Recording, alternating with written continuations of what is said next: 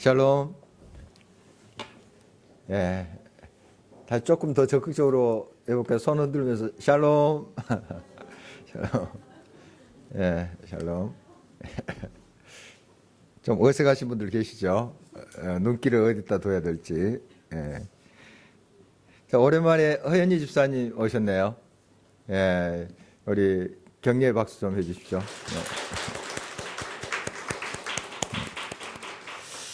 야, 이세춘 장로님, 우리 장남 이진경 형제님 토요일 결혼식 있고요. 배정희 집사님, 장녀 배주희 집사 자매님 결혼식 같은 날 있습니다.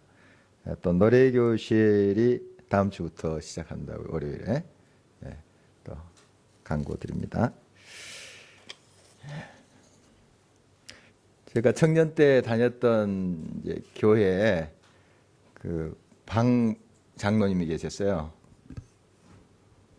성이 방신데 방 장로님.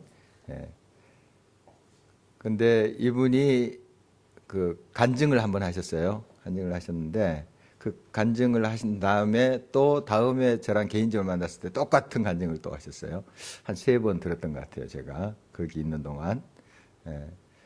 어떤 이제 내용이냐면 그 6.25 때 참전하셨대요. 국군으로 참전했는데 항상 이제 여기 위에 포켓 주면 조그만 성경책 있잖아요. 그때도 무슨 그런 성경책이 있었나 봅니다. 성경책을 이제 틈날 때마다 그걸 꺼내서 읽은 거예요. 읽다가 이제 또 넣고 이렇게 했는데 그 교전이 일어났습니다. 북한군하고 하다가 총을 맞았어요. 쓰러졌습니다. 근데 다시 깨어난 거예요. 이제 기절한 겁니다. 기절. 총알이 그 성경책에 박혀 있더래요. 성경책에. 그런 이제 간증을 하면서 하나님의 은혜다. 이런 간증을 한 3번 들었던 것 같아요. 제 친구 또 아버님이기도 하시는데 우리한테는 좀 지루할 수 있어요. 3번째 같은 이야기 또 듣는다는 게 첫 번째는 뭐 그러시냐고 하면서 하는데 이제 두 번째도 이제 그러시냐 하는데 이제 조금 이제 지루해지죠. 3번째 또 그 이야기신가 이런 생각을 할 수 있습니다. 그런데 본인은 항상 새로워요. 이게 항상 새로울 게 아니겠습니까? 이거 같은 사건이지만은 생각할수록 하나님의 은혜가 너무 큰 거예요. 그러니까 그분한테는 이게 옛날 이야기로만 치부해 버릴 것이 아니에요. 날로 새로운 거죠. 그냥 순간순간 그때 생각이 막 새록새록 나면서 지금 현재 겪고 있는 그런 체험처럼 그렇게 느껴지신가 봐요. 그러니까 그때 청년 때는 좀 속으로 또 하시는가 이랬지만 시간이 지나면서 좀 깨달음이 그러시겠다. 그분한테는 항상 이것이 새로운 것이겠구나. 이런 이제 생각을 해봅니다. 물론 이제 그 장로님이 홀로 믿음이 좋아서 총알이 그 성경책에 박혔다. 그리고 총알 맞아서 전사하신 분들은 믿음이 없었다. 이렇게 우리가 이야기할 것은 아닙니다. 그분만 은혜를 받았고 하나님의 사랑을 그분만 받았고 이건 아니죠. 또 우리 예수님은 십자가에서 돌아가셨잖아요. 그러면서도 축복하고 또 하시는 그런 모습 보잖아요. 어떨 때는 우리가 또 총 맞고 전사할 수도 있는 거잖아요. 그런데 이제 그분에게 있어서는 이게 굉장히 큰 사건이에요. 사건이고 하나님 은혜로 개인적인 그분 개인적인 그런 신앙 고백이죠. 항상 새로운 거예요. 그 사건이 우리가 이제 하나님의 말씀을 받을 때 어떻게 해야 하는가 하는 것입니다. 맨날 듣는 말씀일 수도 있어요. 또 예수님의 비유 말씀 또 같을 수 있습니다. 또 이 말씀인가 이런 생각을 이제 가질 수 있는데 여러분 이제 마음의 밭을 잘 이렇게 일구어서 날마다 그 말씀을 새롭게 받아들일 때 그 말씀은 계속 감격입니다. 이만쯤 되면 이런 표현들 이제 상투적으로 나옵니다. 언 땅을 뚫고 새싹이 나왔다. 생명의 강인함이여 하면서 노래도 부르고 하잖아요. 언 땅을 뚫고 이 새싹이 나오죠. 이제 곧 지금 뭐 벌써 그런 일들이 자연 속에 지금 벌어지고 있습니다. 물론 생명의 강인함, 생명력이 아주 그만큼 강하다 하는 거 물론 맞습니다. 그런데 사실 언 땅이 몸을 풀었기 때문에 나오는 거예요. 그 새싹이. 언 땅이 그 꽁꽁 콘크리트처럼 언 땅이 자기 몸을 풀었기 때문에 거기에 생명이 나오는 겁니다. 무슨 말씀 드리려고 하냐면 우리 지난 시간에 4가지 밭을 이야기했는데요. 정말 생명이 있는 말씀이잖아요. 생명의 말씀이잖아요, 이거에. 그 말씀이 이제 뿌려진 거죠. 비유의 말씀, 그 뿌려지는 말씀이고. 그런데 그 밭에 따라서 결과가 다르다 하는 거 우리가 알고 있잖아요. 밭에 따라서.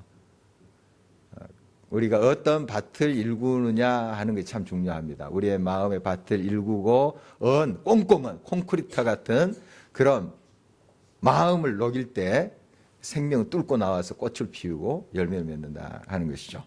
자, 여기까지 우리 나누고 성경 목록과 좀 힘차게 부르고 계속하도록 하겠습니다. 성경 목록과 같이 불러보도록 하겠습니다. 힘차게 박수 치시면서 되도록 좀 안 보고 하면 좋을 것 같아요. 출애굽길에 있기 민수기 신명기 여호수아 사사기 룻기 사무엘상하 열왕기 상하 역대상하 에스라 느헤미야 에스더 욥기 시편 잠언 전도서 하가 시사야 에레미야 예가 에스겔 다니엘 호세아 요엘 아모스 오바다 요나 나움 하박국 스바냐 살게 스가랴 말라기. 이 부분이 참 어색한데요. 누가 좀 랩을 했으면 좋겠어요. 네.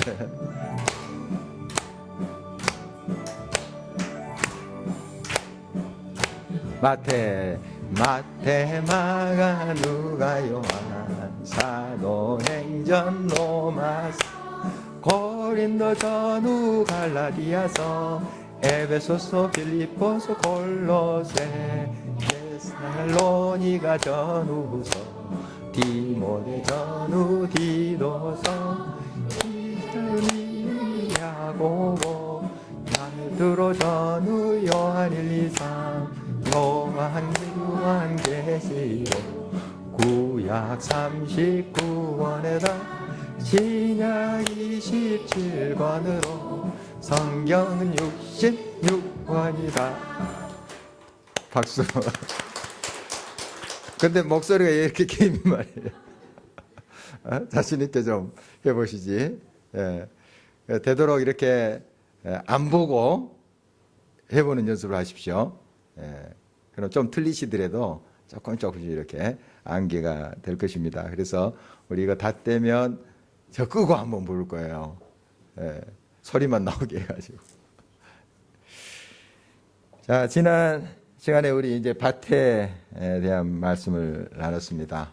그렇습니다. 이 하나님의 말씀 자체는 문제가 없죠.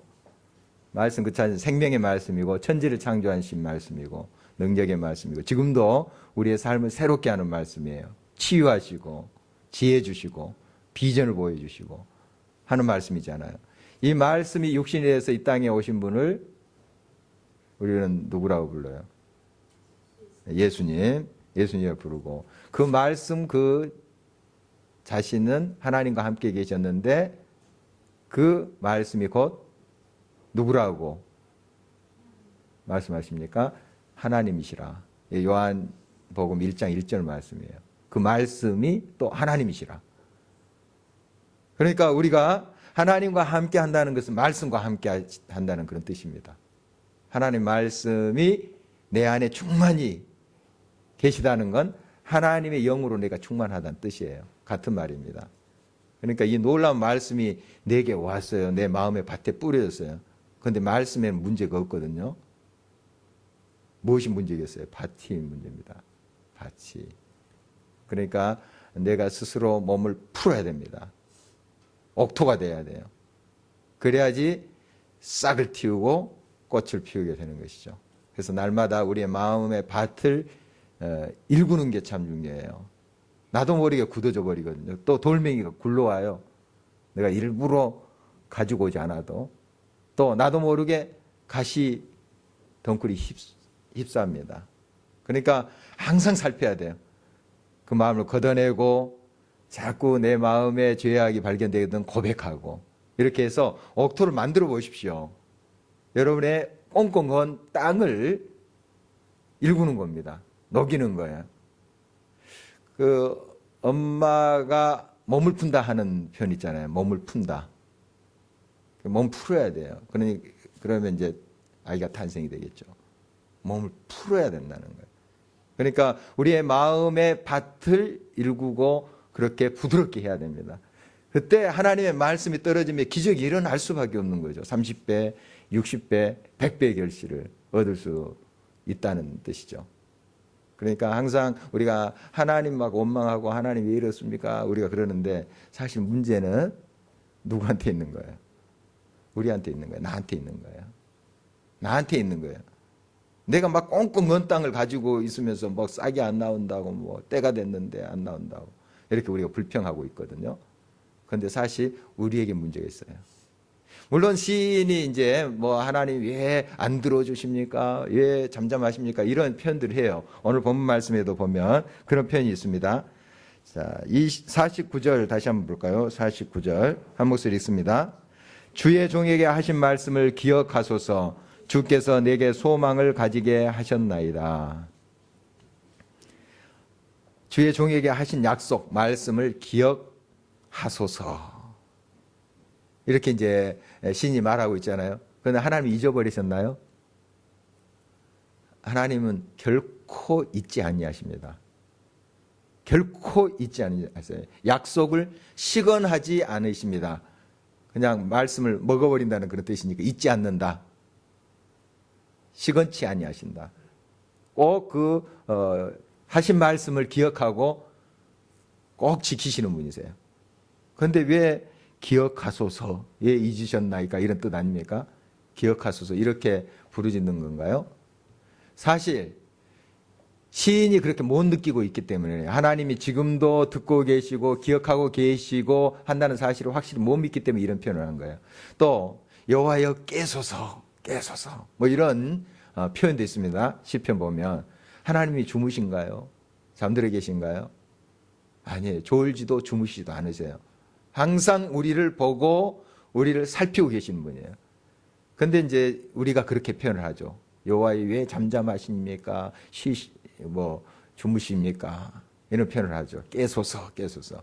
역시 우리가 하나님이 지금 깨셔서 우리를 감찰하시고 우리를 붙잡고 보호하고 계신다는 걸 못 느끼기 때문에요. 하나님은 항상 우리를 보호하시고 지키시고 또한 우리를 살피시고 계시는데 우리가 못 느끼고 있기 때문에 그런 표현을 한 거예요. 사실 우리에게 문제가 있는 겁니다. 우리에게. 항상 이 사실을 우리가 기억한다면 하나님께 뭔가 원망하고 문제 원인을 돌리는 것보다도 내 자신에게 문제가 있구나 이걸 살펴야 돼요. 사람과의 관계 속에도 마찬가지입니다. 물론 상대방의 원인이 있을 수 있어요. 그러나 먼저 나 자신을 살펴야 돼요. 나는 잘못이 없는가? 나는 하나님 앞에 떳떳한가? 항상 이 사실을 살피는 것부터 출발해야지 문제가 풀려가요.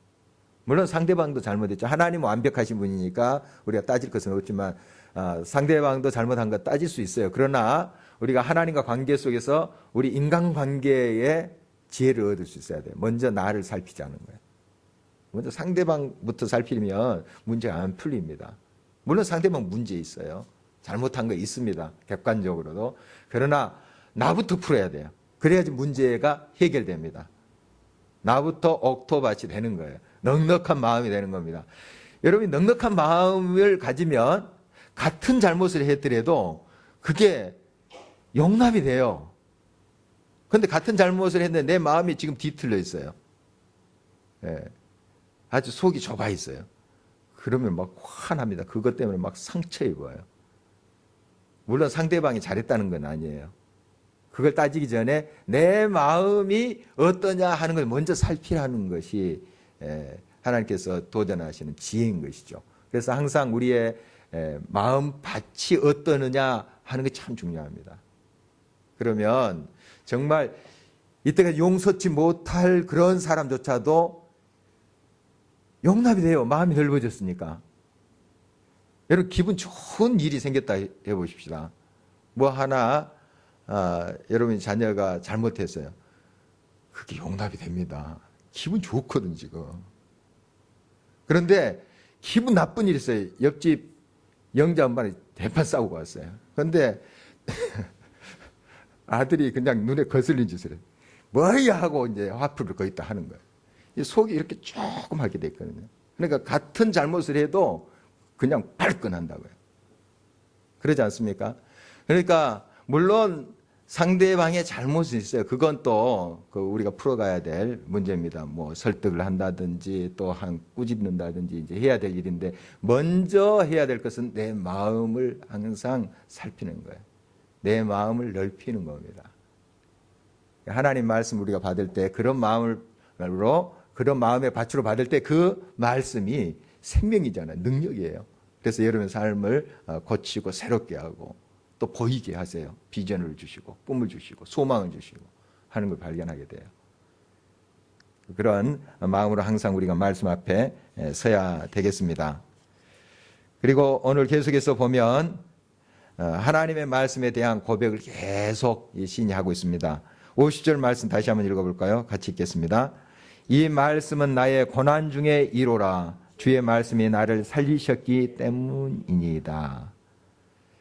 여러분 고난 중에 이로가 되시는 말씀을 지금 고백하고 있습니다. 그 말씀이 있는 사람은 그 어떤 고난 속에서도 그 고난의 의미를 발견합니다. 그러면 그 고난을 극복하고 소화하기가 훨씬 쉬워요. 물론 고난 그 자체는 참 힘든 일이지만 그러나 그 고난의 의미를 깨닫지 못하면 더 고통스러워요.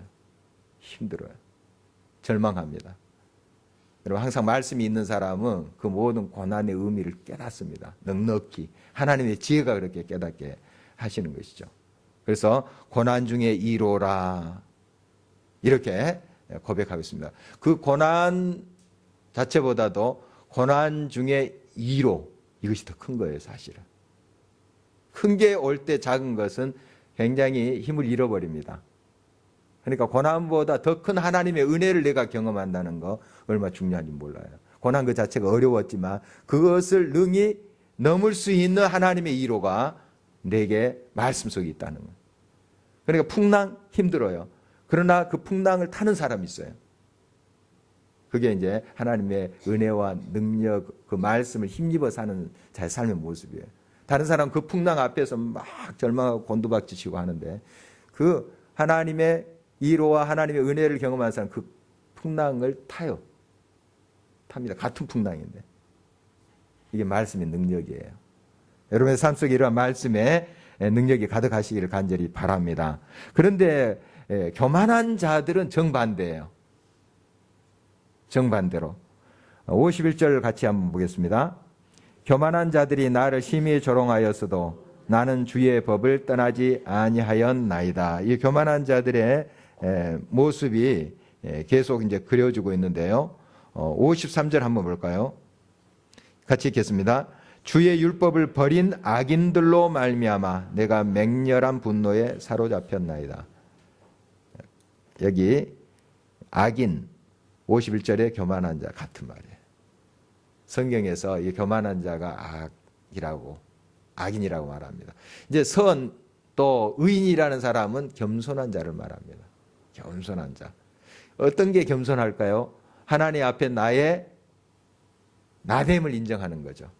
그러니까 나는 진토다, 흙이다 하는 걸 인정하는 사람이에요. 그리고 하나님을 의지할 수밖에 없는 존재다. 자기가 죽을 수밖에 없는 존재다 하는 것을 인정하고 하나님을 의지하는 사람, 믿는 사람, 이런 사람을 의인이라 해요. 성경은. 이런 사람이 겸손하지 않으면 그런 하나님께 대한 믿음이 나올 수가 없어요. 그러나 정반대로 교만한 사람은 말씀을 버려요. 하나님을 무시해요. 정면으로 하나님 말씀을 무시한다는 건 하나님을 무시한다는 것 아니겠습니까? 아버지의 말을 내가 무시한다. 아버지의 인격을 무시하는 거죠. 하나님의 말씀을 내가 무시한다. 버린다. 하나님을 무시하는 거예요. 이게 악인입니다. 성경에서 말하는 교만한 자고요. 하나님을 인정하지 않으니까 교만한 것이죠. 우리는 뭐 분명한 선택은 바로 겸손한 자, 하나님 말씀을 인정하는 자가 되어야 되겠습니다. 그래서 하나님의 말씀을 인정하는 자는 이러한 삶의 반응들이 나와요. 54절 볼까요? 같이 읽겠습니다. 내가 나그네 된 집에서 주의 율례들이 나의 노래가 되었나이다. 나그네 된 집에서, 주인이 된 집에서가 아니고 나그네입니다. 나그네 된 집에서. 그런데 그 삶이 얼마나 고달프겠어. 나그네인데 자기가 주인으로서 떵떵거리면서 누리고 이렇게 사는 모습도 아닌 것 같은데요. 나그네 된 집에서. 여기에 이 시인은 주의 율례들이 나의 노래가 되었습니다. 주의 율례 나의 노래. 주의 말씀이 나의 노래가 되었다. 아, 얼마나 멋집니까? 지금 어려워요. 보니까 시인의 형편이 참 고달플 수 있어요. 세상적으로. 그런데 그 가운데 하나님의 말씀과 동행하니까 그것이 노래가 된 거예요. 여러분, 우리 믿음의 선배들의 모습이 이래요. 히브리서의 그 믿음의 선배들의 모습 여러분 살펴보십시오. 뭐 끌려가기도 하고 핍박도 받고 하는데 그들은 세상이 담지도 못할 정도의 큰 사람들이었잖아요. 그리고 그 사자의 밥이 되면서 찬송하면서 갔어요. 물론 다 그런 것은 아니지만 정말 그 핍박 속에서도 찬송해요. 매맞고 깊은 감옥 속에서도 찬송해요. 마음에 우러나는 말씀이 임했기 때문에, 하나님이 임했기 때문에, 하나님의 영이 임했기 때문에 가능한 거예요. 우리가 나그네 삶을 삽니다. 그렇죠. 그렇지만 우리들에게 노래할 이유가 충분히 있어요. 주의 말씀이 있기 때문에 그래요. 여러분 지금 여러분의 삶을 살펴보십시오. 항상 노래하고 있습니까? 찬양하고 있습니까? 감사하고 있습니까? 여러분 그렇지 않는다면 내가 아직도 이 하나님의 은혜 속에 온전히 들어가지 못하고 말씀으로 이 나그네된 삶에 채워가지 못한다 하는 걸 고백하셔야 돼요. 하나님 다시 내 입에 노래를 회복하게 해주십시오. 말씀으로 충만하게 내 심령에 채워주십시오. 그러면 노래가 나와요. 하나님의 말씀이 영이 가득하면 어떤 환경 속에서 나그네된 그런 고달픈 인생 속에서도 찬송이 나와요. 그리고 또 이어서 55절입니다. 같이 읽겠습니다. 여호와여 내가 밤에 주의 이름을 기억하고 주의 법을 지켰나이다. 왜 하필이면 밤일까요? 밤에 주의 이름을 기억했다. 몇 가지로 우리가 좀 생각해 볼 수 있습니다. 밤, 특별히 밤에 주의 이름을 내가 일부러 더 기억했다. 이런 말인데 물론 영해로 이렇게 또 우리가 풀어볼 수도 있습니다. 또 그냥 여러분들이 은혜스럽게 이것도 적용해 볼 수도 있겠어요. 밤 하면 참 피곤할 때죠. 이제 낮에는 긴장해서 일터에서 또 열심히 이제 살다가 밤에는 좀 무장해제가 됩니다. 정신도 또 마음도 이렇게 풀어져요. 이때 참 나 중심적으로 될 때가 있습니다. 뭐 하나 좀 손 까딱하기가 좀 싫을 때가 있어요. 낮에는 막 힘써서 일하지만 이제 좀 풀어져서 쉬려고 하는데 뭐가 또 일거리 생기면 좀 짜증이 날 수가 있어요. 그럴 때가 밤이에요. 그럴 때가 밤입니다. 그리고 밤은 좀 숨길 수 있다 하는 마음이 많이 커지는 때입니다. 아, 모르겠지. 캄캄하니까. 그래서 범죄율이 더 많습니다. 실제적으로. 밤에 범죄하는 일이 더 많습니다. 안 보겠지. 이런 이제 심리가 거기에 있어요. 더 범죄하기 쉬운 때예요. 물론 낮에도 범죄할 수 있죠. 그러나 이제 그런 때라는 것이죠. 그리고 판단력이 흐려집니다. 정신 집중이 이제 좀 해이해지니까 판단력도 흐려진 때가 이제 밤이라고 볼 수가 있습니다. 또 절망, 고통을 상징할 수도 있죠. 밤은 고통, 칠흑 같은 밤, 절망 이렇게 이제 상징할 수 있는데 여러분이 이제 뭐 은혜스럽게 이렇게 묵상해도 되겠습니다. 이 부분은. 그래서 이때 일부러 여러분들이 더 기억을 하셔야 돼요. 일부러 여러분의 이제 여러 신체적인 사이클이 점점 기억하기를, 하나님을 더 의식하기를 또 하기를 어려워하는 그런 상황 속에 여러분 더 상대적으로 더 깨어서 하나님을 기억해야 된다 하는 것입니다. 이 깨어있는 하나님의 사람들이 이 밤에 더 정신 차리고 깨어있는 사람들이었어요. 역사의 밤을 이야기할 수도 있어요. 여러분 개인적인 그러한 또 인생의 밤을 또 이야기할 수도 있지만 역사의 이 밤, 우리 민족적인 그 상황 한번 살펴보십시오. 어떻게 보면 지금 밤이에요. 밤입니다. 참 그거 못 느끼고 우리가 살다갈 때만 뭔가 어떻게 되겠지, 잘 되겠지 이러고 우리가 넘어갈 때 많잖아요. 그런데 사실 우리 민족적으로 지금 밤이에요. 밤에 더 우리가 판단력이 흐려져서는 안 됩니다. 깨어 있어야 된다는 뜻이에요. 더 하나님 앞에 나가야 된다는 뜻입니다. 그럴 때라는 것을 우리가 잊지 말아야 되겠습니다. 이렇게 우리가 나갈 때에 주님께서 우리를 통해서, 깨어있는 우리를 통해서 다시 한번 말씀의 능력이 싹이 트게 하고 꽃이 피게 하고 열매를 맺게 합니다. 그런 마음의 밭을 우리가 일궈야 돼요. 항상 그런 준비가 돼 있을 때 하나님 말씀은 정확하거든요. 그리고 지금도 능력을 베푸시고 기적을 베푸세요. 안 된다 하는 것도 되게 하세요. 그렇게 하시잖아요. 있으라 하니까 있고, 또 하나님 말씀 한마디 하면 또 사라지고, 하나님의 말씀이 그만큼 놀라운 거잖아요. 그 말씀이 내 마음의 밭을, 또 우리의 가정의 밭, 공동체의 밭을 그렇게 일구어 놓을 때 역사하게 돼 있습니다. 말씀에 전혀 문제가 없어요. 전혀 문제 없어요. 항상 밭의 문제예요. 밭에 우리들의 문제입니다. 항상 우리가 준비만 돼 있다면 하나님은 지금도 역사하신다 하는 거예요. 더 깨어서 우리가 하나님 앞에 나갈 때 하나님 분명히 역사하십니다. 계속해서 우리가 이런 하나님의 놀라운 말씀을 어떻게 더 깊이 접하고 또 내 삶 속에 더 실질적으로 적용할 수 있게끔 하느냐 하는 것을 우리가 지금 살피고 있습니다.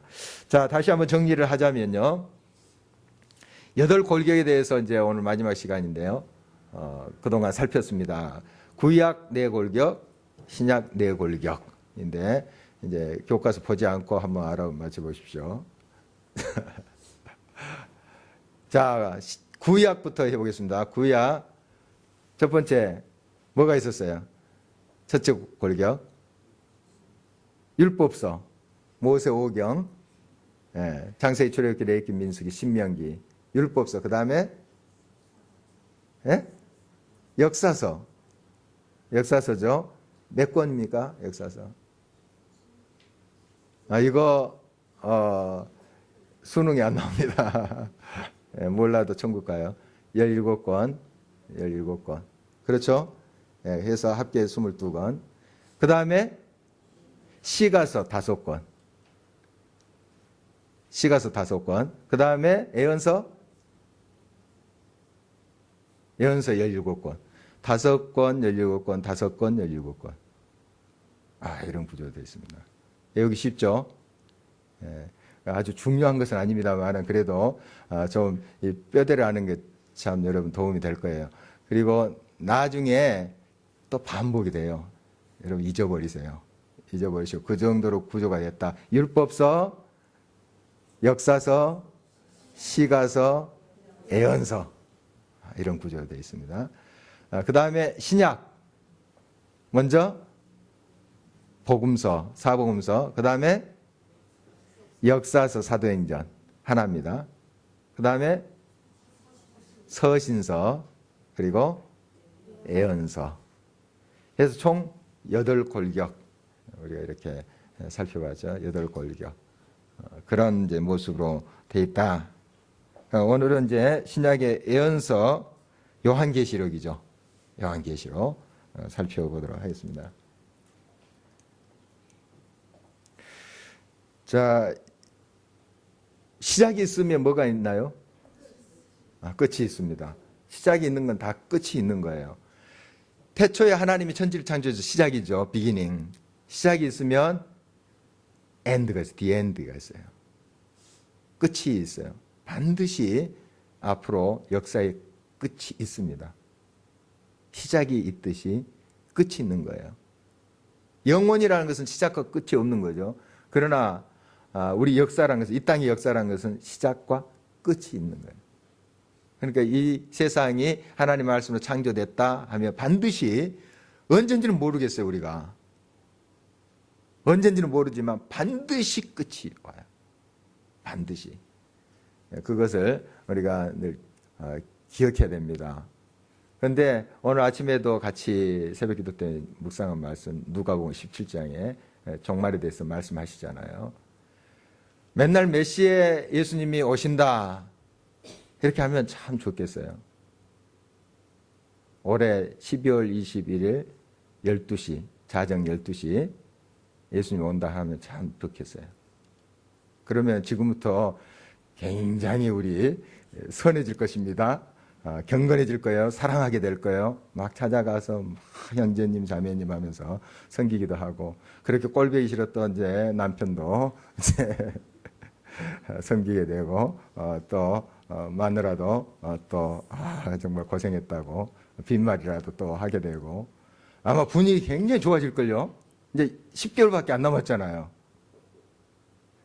이 부분만 편집해가지고 이노 목사 올해 12월 31일에 예수 왔다, 그럼 저 2단 됩니다. 이 부분만 딱 따가지고, 만약에 그렇다면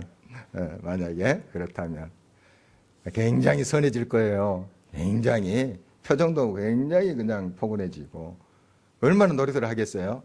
그런데 왜 하나님께서 그렇게 맨날 몇 시에 오신다는 걸 말씀 안 하세요? 왜 그런 것 같아요? 평소에 잘하라. 평소에 잘하지. 언제 온다 하면 그때 바짝 그냥 벼락치기 공부하는 것처럼 그렇게 하지 말라는 거예요. 평소에 너 인격과 너 삶이 평소에 잘하라 하는 그런 말씀 아니에요. 그러다가 이제 주님 오실 때 만나는, 그래서 오늘 새벽기도 본문에 보면 그 맷돌 가다가 만나는 거잖아요. 뭐 흰 옷 입고 산에서 주여 하면서 만나는 게 아니라고요. 한때 뭐 맨날 몇 시에 온다 해가지고 어떤 그 신도들은 그렇게 했잖아요. 흰 옷 입고 산에서 경건하게 이렇게. 그거 아니에요. 학생은 공부하다가 예수님 만나는 거예요. 그리고 여러분 설거지 하다가 만나는 겁니다. 그렇게 하는 거예요. 그 평소 실력으로 우리 주님 오실 때 시험 치러야 되는 거예요.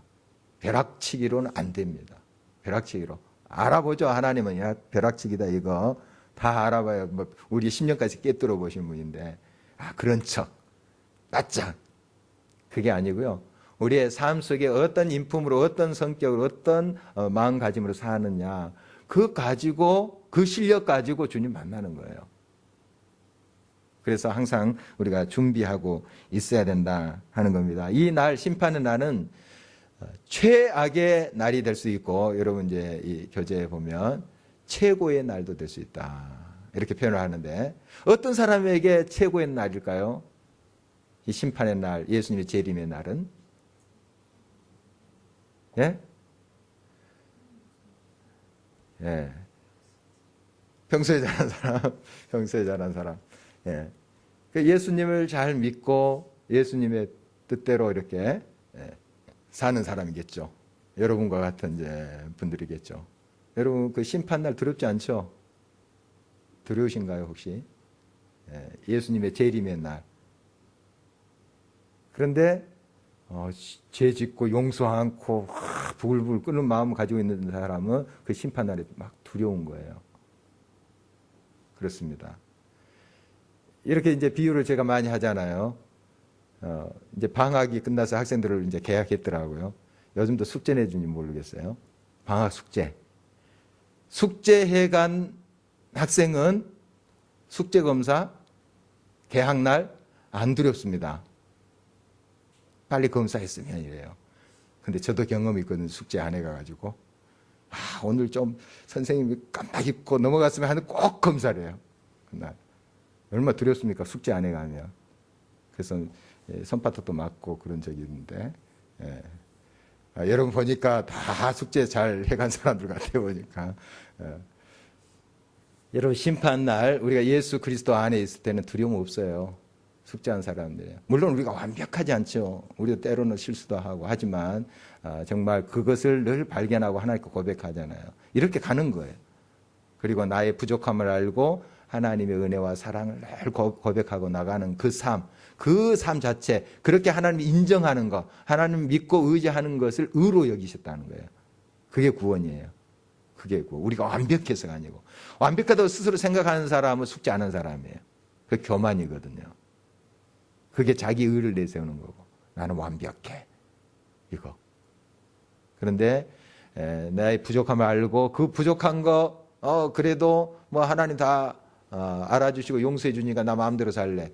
이것도 숙제 안 한 거예요. 부족함을 아는 사람은 그것을 고치려고 해야죠. 하나님 앞에 고백하고 하나님 앞에 더 말씀대로 살려고 하고, 이렇게 하루하루 하나님의 뜻에 맞춰가는 삶을 하나님께서 의로 칭해 주시는 거예요. 그래, 그거다. 나를 의지하고 너가 나를 믿는구나. 나를 인정하는구나. 그것을 의로 여기시고 그걸 구원의 조건으로 받아주시는 거예요. 우리가 이렇게 숙제하고 주님 오신 날 만나야 되겠습니다. 정말 여러분 맷돌 갈다가 만나시는 거예요.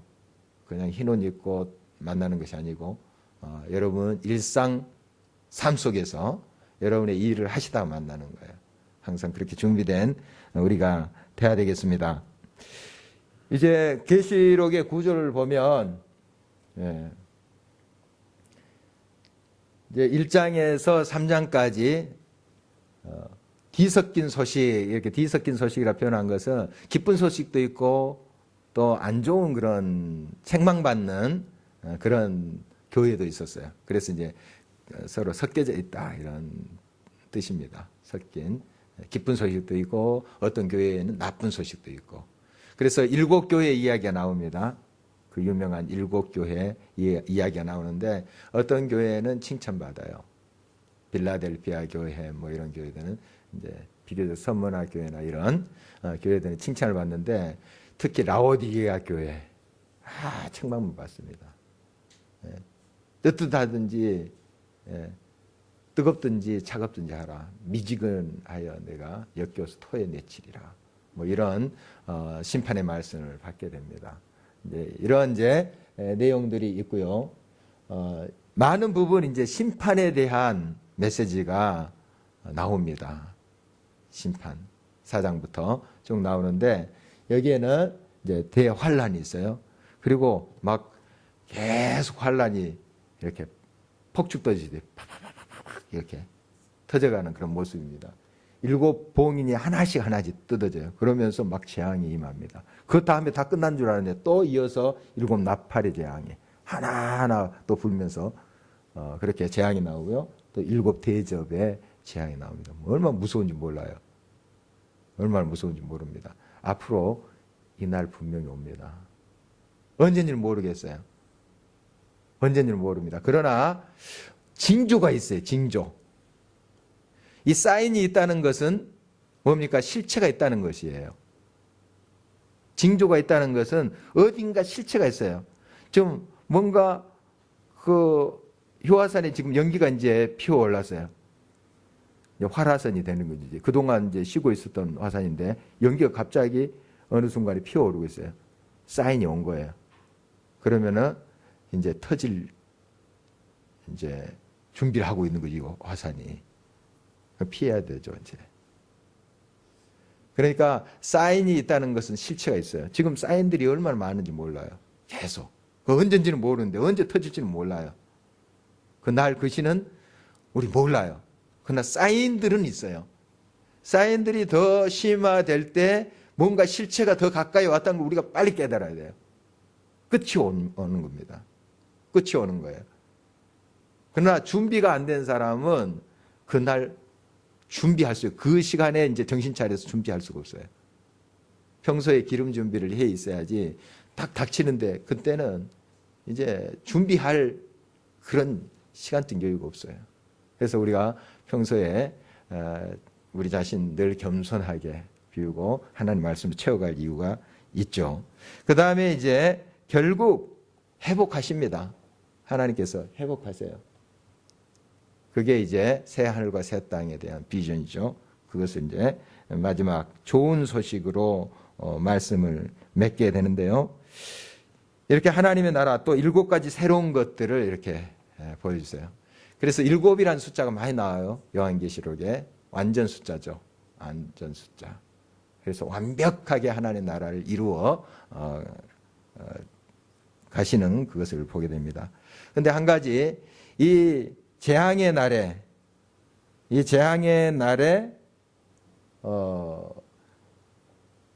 다 회개하고 돌아올 것 같지만 그렇지 않아요. 어마어마한 재앙 아닙니까? 굉장한 이제 재앙인데, 예.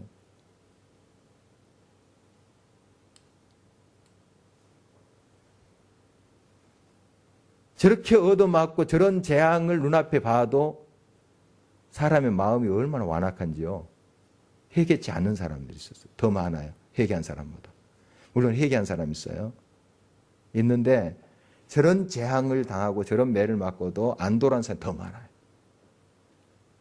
우리는 이해가 안 되죠. 좀 저 정도 맞으면 정신 차릴 것 같은데 나 같으면. 그런데 사실 우리가 그러고 있는데 살펴야 돼요. 바로 보십시오. 바로 10가지 재앙을 당하면 그 정도 당했으면 좀 사람 고쳐져야 되잖아요. 하나님 인정하고 회개하고 죄인입니다 하고 이렇게 고백하고 와야 되는데 다시 완악해져요. 인간의 마음이 이래요. 그러니까 이 세상에 가장 큰 기적이 뭔가, 뭐 병자가 낫고 뭐 대단한 부를 또 내가 얻게 되고 또 성공하고 이런 것도 뭐 기적이 될 수 있겠죠. 그러나 사람의 마음이 고쳐지는 거, 이거 인위적으로 안 됩니다. 어떤 분은 열심히 일해서 뭐 이렇게 해가지고 뭐 만들 수 있다고 생각을 해요. 물론 그게 쉬운 일은 아니지만 건강도 잘 관리해서 하면 또 회복이 가능해요. 수술하고 하면. 그런데 사람의 마음은 인위적으로 안 돼요. 될 것 같지만 안 돼요. 평생 가는 경우 있습니다. 평생. 여러분, 이게 사람의 마음이에요. 어떻게 우리가 이것을 고칠 수 있어요? 우리 힘으로 안 돼요. 안 됩니다. 이런 재앙이 팍팍 터지면 야, 하나님이 살아계시는구나. 회개해야지. 새 사람 돼야지. 하고 딱 바꿔져서 그냥 사람이 하나님의 사람은 딱 돼야 될 텐데 안 그래요. 회개치 않는 사람 더 많아요. 더 많아요. 여러분, 하나님 앞에 그러므로 우리가 늘 겸손하게 마음을 두고 나를 고쳐주십시오. 기도해야 돼요. 기도하지 않고서 어떻게 됩니까? 안 돼요. 마음의 밭을 읽을 수가 없는 거죠. 늘 우리가 이 요한계시를 보면서 그 사실을 깨달아야 됩니다. 우리의 힘으로 능으로 되지 않는 것 하나님의 능력으로 될 수 있다 하는 믿음을 가지고 늘 하나님께 나가야 되겠습니다. 오직 그리스도 안에 있을 때만 우리가 빛이 돼요. 우리 스스로 갈고 닦는다 해서 우리가 빛이 됩니까? 안 돼요.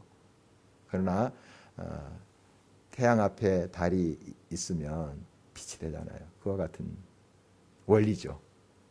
주 안에 있을 때 나를 비우고 나를 닦고 내려놓고 주님의 뜻대로 살고 주님 중심으로 내가 늘 내 삶이 재편돼 갈 때 우린 빛인 거예요.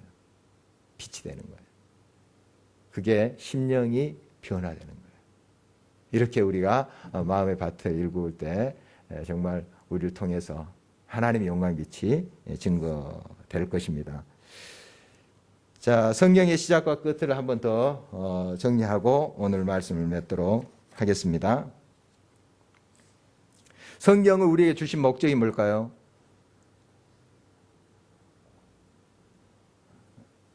여러분, 교재에 나왔는데 한번 읽고 오십시오. 다음부터. 예. 지금 보면서 이제 읽고 하지 마시고 딱 머릿속에 좀 넣고 오면 좋겠어요. 예? 뭐예요? 예. 하나님을 아는 것, 예수 그리스도 아는 것, 우리 주님을 아는 거죠. 그 아는 것이 영생이다, 또 이런 말씀도 있습니다. 요한복음 17장 3절 말씀이죠. 그게 바로 성경을 우리가 읽고 하는 또 목적일 수 있죠. 하나님을 알아가는 것, 하나님을 알아가는 것. 안다는 건 사실 지식적으로 아는 것을 말하지 않죠. 그걸 넘어서 만남이에요. 체험을 말합니다. 그분과 내가 하나 되는 것. 말씀이 내 삶에 녹아드는 걸 말해요. 그냥 지식적인 걸 말하지 않고. 그렇다면 내 삶으로 그것이 실천이 돼야 되겠죠. 그 나의 힘으로 하지 않고 성령으로 되는 것이다. 그러므로 우리가 기도해야 된다. 딱 그 공식이 너무 단순하지 않습니까? 너무너무 우리가 많이 듣던 이야기고 이렇게 정리가 돼야 돼요. 그리고 실제로 그렇게 살아야 돼요. 주님 앞에 가서 나의 나됨을 다 하나님에 비우고 주님으로 채우는 거예요. 그 기도예요. 말씀 묵상이고. 이렇게 갈 때 우리는 이 성경 안에서 놀라운 주님의 손길을 경험하게 됩니다. 창세기 요한계시록이 끝이고요. 창세기는 처음 창조, 그리고 요한계시록은 새로운 창조, 마지막 그렇게 되어 있습니다. 새로운 새 하늘과 새 땅. 그리고 창세기는 두 명의 순전한 인간으로, 순결한 인간으로 시작하면 누군가요? 아담과 하와인데 처음에는 그렇게 시작했어요. 그런데 죄를 짓고 교만이었어요.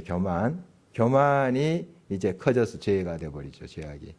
하나님처럼 되고자, 지혜롭게 된다 하는 그런 하나님처럼 되고자 하는, 하나님 닮아가는 그런 하나님처럼이 아니라 하나님 자리에 앉으려고, 하나님이 중심인 삶이 되야 되는데 자기가 중심인 삶이 되는 이 교만이에요. 그래서 이제 타락을 해버리죠. 그래서 얼마나 지금 저 할아버지 할머니 때문에 우리가 참 고생이 많죠. 참 고생이 많은데 이제 우리 예수님께서 오셔서 그 모든 십자가의 보혈로 그 죄를 씻어 주셨고 회복하십니다. 그래서 구원받은 많은 순결한 백성들을 이제 주님이 세우실 것입니다. 앞으로 그렇게 돼요. 이제 저런 이제 사람들이 이 천국의 하늘나라의 주인공이겠죠. 저와 여러분 되기를 간절히 바랍니다. 정말 저와 여러분들이 되기를 바랍니다. 정말 말씀 속에 깊이 들어가서 말씀이 이끄는 삶, 주님이 말씀 그대로 주인인 삶, 나를 늘 겸손히 비우고 마음의 밭을 일구어서 말씀이 이끌어가는 삶, 이런 삶으로 우리가 끊임없이 살다가 주님 만나면 저렇게 영광스럽게 또 우리를 높여 주실 것입니다. 이것이 이제 쭉 성경의 8골격으로 된 그런 부분입니다. 우리 이 말씀 기억하면서 같이 기도했으면 좋겠습니다.